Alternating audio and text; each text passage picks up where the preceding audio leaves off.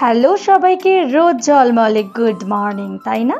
সুন্দর একটা মিষ্টি সকাল, হালকা হালকা রোদ উঠেছে। আর আমি দেখো জামা কাপড় যেগুলো কালকে ধুয়েছিলাম সেগুলো সব শুকায়নি পুরোপুরি, তাই জন্য একটুখানি রোদেতে হালকা রোদ আর কি মেলে দিয়েছি। আর ওইখানে আমার চুন্নুমুন্নুকে তুলে দিয়েছি, কেননা ঝাড়ু পোছা তো করতে হবে।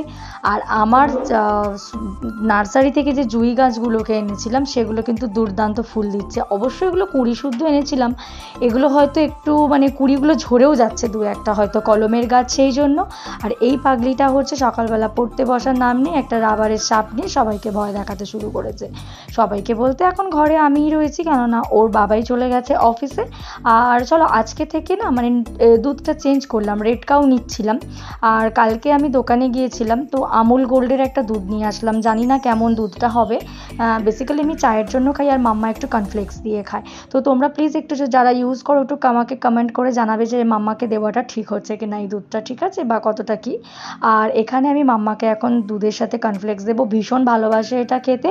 আর একটা সিক্রেট কথা তোমাদেরকে শেয়ার করছি, সেটা হচ্ছে আমি যে কর্নফ্লেক্সের মধ্যে হানি দিই এটাও জানে না, ওকে না জানিয়েই খাওয়াই, কারণ ওর নাকের গন্ধ এত স্ট্রং, যেভাবেই দিই না কেন বুঝে যায়। কিন্তু একমাত্র কেলক্সের মানে এই কর্নফ্লেক্স খাওয়ার সময়তেই দেখেছো কিছু করার, কারণ আগে একটা হানি ফ্লেভার খেয়েছে, দেন তাই আমি এখন নর্মালটা এনে কিন্তু ওকে হানিটা মিক্স করে দিই।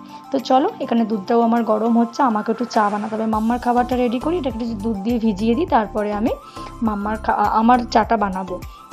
আর মাম্মাকে বলেছি এবার থেকে দুধের সাথে কর্নফ্লেক্স উইথ ব্যানানা দেবো, তখন খাবি তো? বলেছে তো খাবো, জানি না কতটা কি করবে।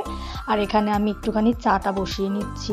আর এটা আমি আজকে চা দিচ্ছি, এটা হচ্ছে মা বেড়াতে গিয়েছিল দার্জিলিং গ্যাংটক, তো ওখান থেকে কিছু চা এনে দিয়েছে, পাতা চা যেটা, তো সেটাই আমি চা বানিয়েছি। আর এই যে চা নাস্তা নিয়ে বসে পড়েছি, চা আর বিস্কিট আজকে। তারপরে ভাবলাম যে না, বসে থাকলে তো হবে না, মাম্মাকে পড়াতেও হবে, কিন্তু ঘরটা একটু গুছিয়ে নিতে হবে।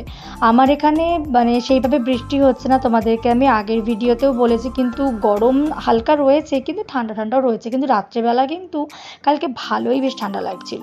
তাই ঘরদোরের কাজটা একটু গুছিয়ে নিলাম। তারপরে মাম্মাকে তো পড়াতে হবে, আর ও তো জানো পড়াতে বসে নাটক করে প্রচুর। আর আরেকটা কথা, ও পড়তে বসবে, ওর পাশে যদি আমি না বসি ও পড়বে না, এতটাই দুষ্টু।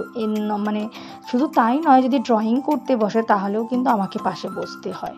আর এখানে দেখছি জুঁই গাছ থেকে একটা ফুল ঝরে পড়লো, তাই জন্যে সেটাকে একটু গন্ধটা নিচ্ছিলাম। জাস্ট ওয়াও লাগে, যেন মনে হয় সেই বিয়ে বাড়ি ফিল আসে ভাই, জুঁই ফুলের গন্ধটা। কালকে মা এসেছিলো, শাড়িটা পরেছিল, তাই আমি ধুয়ে দিলাম। তোমরা যেন ভুল করো না কিন্তু, যেটা আমি পরেছিলাম। যাই হোক, এই বিগ ব্লগগুলো তোমাদের কেমন লাগছে অবশ্যই কমেন্ট করে জানিও।